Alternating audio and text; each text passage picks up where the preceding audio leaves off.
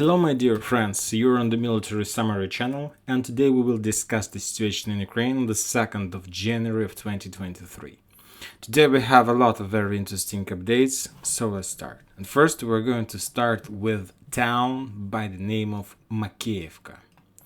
Makiivka is some kind of satellite that located on the east side of Donetsk. So this Donetsk, the capital of DPR, and like they don't have even some kind of a distance between these towns. Like one town's moved to another, and this is a town by the name of Makiivka. This one, right on the east side of Donetsk. If we take a look at the Russian sources map and the Western sources map, you're gonna see that there is an icon in this above the town by the name of Makiivka. This one. Somewhere at 11 p.m. of the local time on the 31st of December, the Ukrainians launched around 6 HIMARS rockets in this direction. If we zoom this map, you're gonna see some kind of building, and this is the college or school, something like this, for students. So where they have some classes and so on. Of course, these days during the military war period, there are no classes there at all. And according to the Russian sources and the Ukrainian sources and the Western sources, the Russians deployed their newly mobilized forces, and some more the Western sources and the Ukrainian sources are saying that the Russians deployed around thousands of soldiers in this building. So at somewhere at 11 p.m. and 58 minutes of the local time on the 31st of December, the Ukrainian launched around 6 HIMARS rockets in direction of this building. The Russian Ministry of Defense reported that during that attack, they managed to shut down 2 rockets, but 4 other rockets managed to reach the target.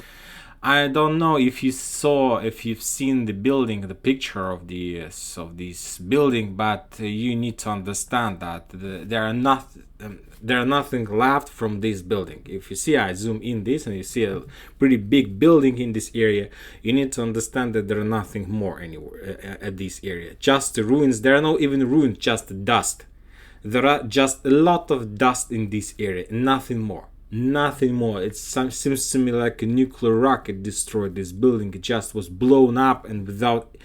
The Russians are saying, or to be more precise, some Russian channels are saying that the Russians deployed their army in this building, up to 1,000 soldiers, and also the Russians deployed their ammo depot in this area, and they deployed a lot of armored vehicles around this building. So there was some kind of jackpot for the Ukrainians, because later we had a lot of updates. The official position of the Russians is that as a result of that attack, just 63 military soldiers, were killed during that attack. The Ukrainian sources and the Western sources are saying that the losses of the Russians are hundreds, not just like 63, hundreds.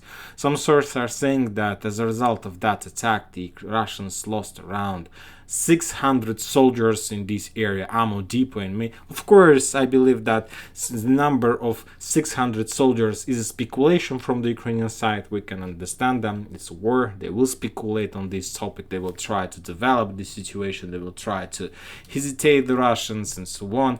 And they will try to push and try to develop this situation. But some Russian sources, you know that it's illegal in the territory of Russian Federation to announce the number of losses, because if you announce the real losses, if you are not the Ministry of Defense of Russian Federation, you will go to jail. So that's why most of the Russian military experts who works on the territory of Russian Federation, who works on the ground on the territory of Donbass, they're not saying the real numbers. They're just saying that the losses are much less than 600, but they're saying that maybe the losses are higher than 100 soldiers. So they're not saying, but they're saying, so it's very difficult to understand. But anyway, this is a tragedy. This is a tragedy of the New Year Eve, and of course I believe that I don't know what the Russians are planning to do with this, because this is not the first case when the Ukrainians attacked some colleges, buildings, and as a result of that, these attacks, the Russians had losses in the past, and it's like a very fresh example of this situation. Furthermore, if you take a look at Donetsk, you're gonna see that there are like fire icons along the front line. As you can see, like fire icons all over the front line, not inside of Donetsk, not in deep in Donetsk, but just along the battle line. And that means a lot. And to tell the truth, today I have a feeling that something important, something big is going to happen these days. I can't tell exactly, tomorrow, maybe the day after tomorrow, or by the end of this week, or in the beginning of the next, I don't know. The only thing I know that in 3 weeks we're going to see a completely different picture. Or something is going to be finished by the end of January. During the January, something huge is going to happen. I can't tell exactly when these things is going to start, but by the end of January it will be finished. And just imagine yourself, the Russians deployed up to 1,000 soldiers in this area. It's something around 2 battalions.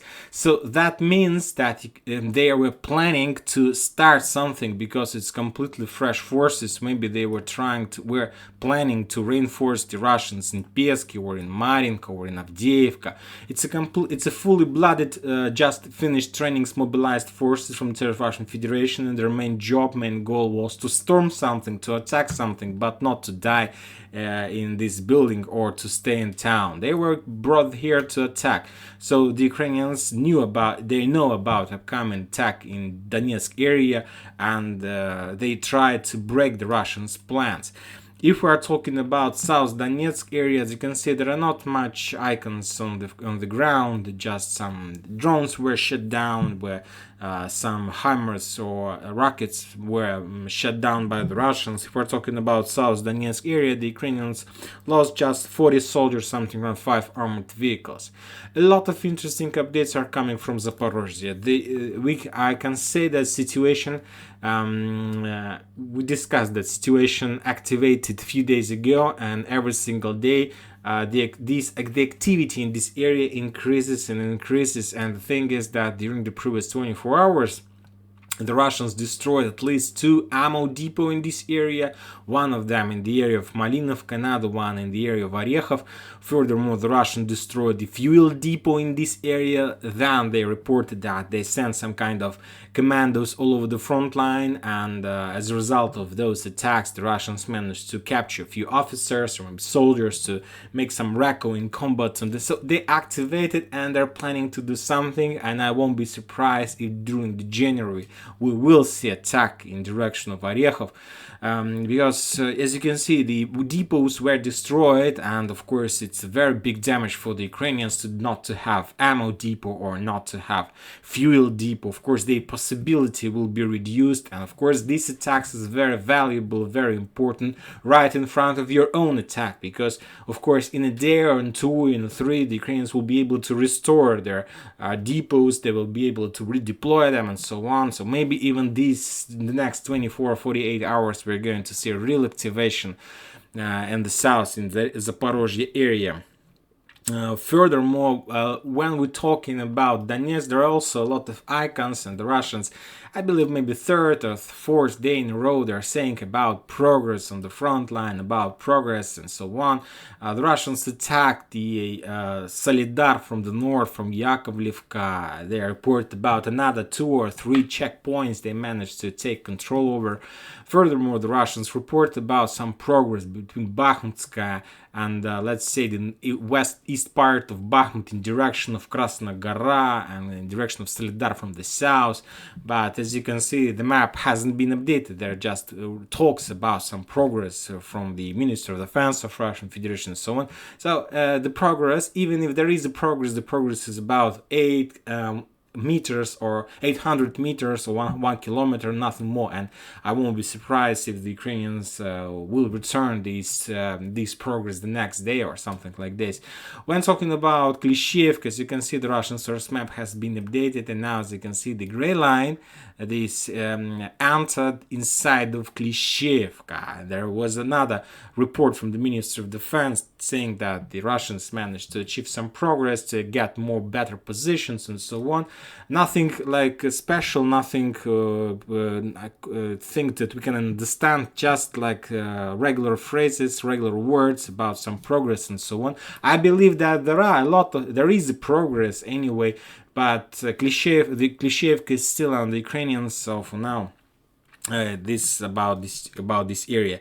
When talking about the Donetsk area itself, the Russians were attacking 16th Mechanized Brigade, 79th Mechanized Brigade, and as a result of those attacks, the Ukraine lost around 70 soldiers and something around 9 armored vehicles.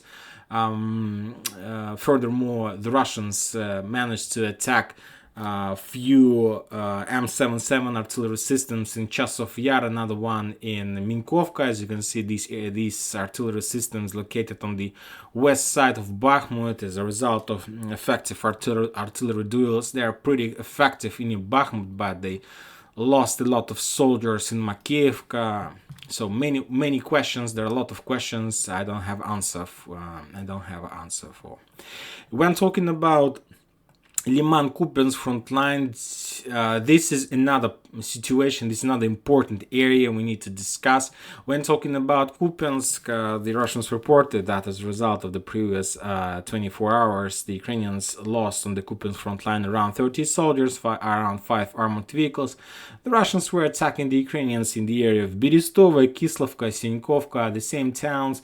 Kislovka, you see this, the same area, Berestova, this is Berestova. So on this front line, I believe that the Ukrainians were just in their trenches, on their positions, and the Russians were attacking them, like pinning them down with artillery and so on. But when talking about just Kremina, I believe that when talking about the Ukrainian side, they are completely ready to storm Kremina. They are ready, and I believe that if the Russians plans to start any offensive operation in Zaporozhye, the Ukrainians will start storming of Kremina in January as well. Furthermore, somewhere after the 6th of January, the temperature in this area will fall below 20 degrees on Celsius. So that means that there will be no more mood, no more bad ground. The Ukrainians and the Russians, both these, either of them will be able to use armored vehicles, tanks to start broad frontline attacks, and I believe that at this moment the Ukrainians will start their offensive operation in Kremina.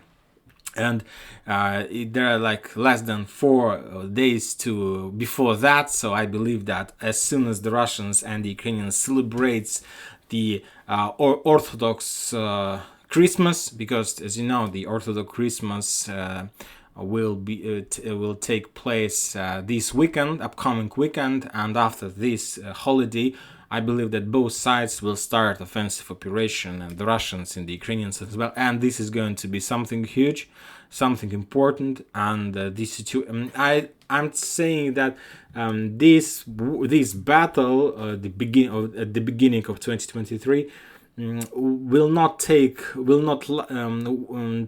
lot of time, because if you remember the previous year, when the Russians started their special operation in the end of February, it was impossible to use fields in Ukraine at that period of time. So the Russians and the Ukrainians will have just a small window, like in 2 or 3 weeks, and this window starts somewhere at the 6th or 7th of January, like in a few days, and this window will be closed somewhere at the beginning of February. So both sides have just a few weeks to develop their bridgehead, to increase, to develop their positions, to have some benefits and so on, and both sides will try to use this period of time as much as possible.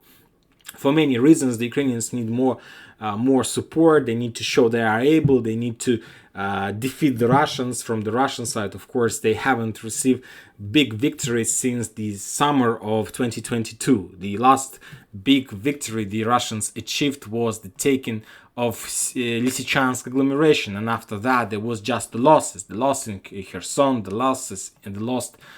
They will lose in Kherson, they lose in Kharkiv area, so they need to have achieved some victory, and they need to inspire their soldiers to show about progress, about that they are able to win. So we're going to see something very big. Furthermore, if we take a look at deployment map, the Ukrainians deployed another brigade in the area of Solidar, and I'm talking about 63rd Mechanized Brigade. We received this update on the 1st of January of this year. So as you can see, the Ukrainians understand the value of Krasnaya Gora, of Podgorodny, of Solidar, of these towns, and they understand the value of this town. They understand that they can't lose the bridgehead, they can't lose Bakhmut, they can't lose even a street in this area, so that's why they're moving more and more forces furthermore. But meanwhile, they are ready to start storming of Kremenna. I can't tell you if the Russians are able to stop the Ukrainians in this area. Anyway, I believe that during these months we are going to see and going to understand this. And so that's it for today. Military Summer channel reminds you to condemn any violence in Ukraine. Thank you for watching. Subscribe to my channel, put your likes, join my Patreon. Have a good day. Bye bye.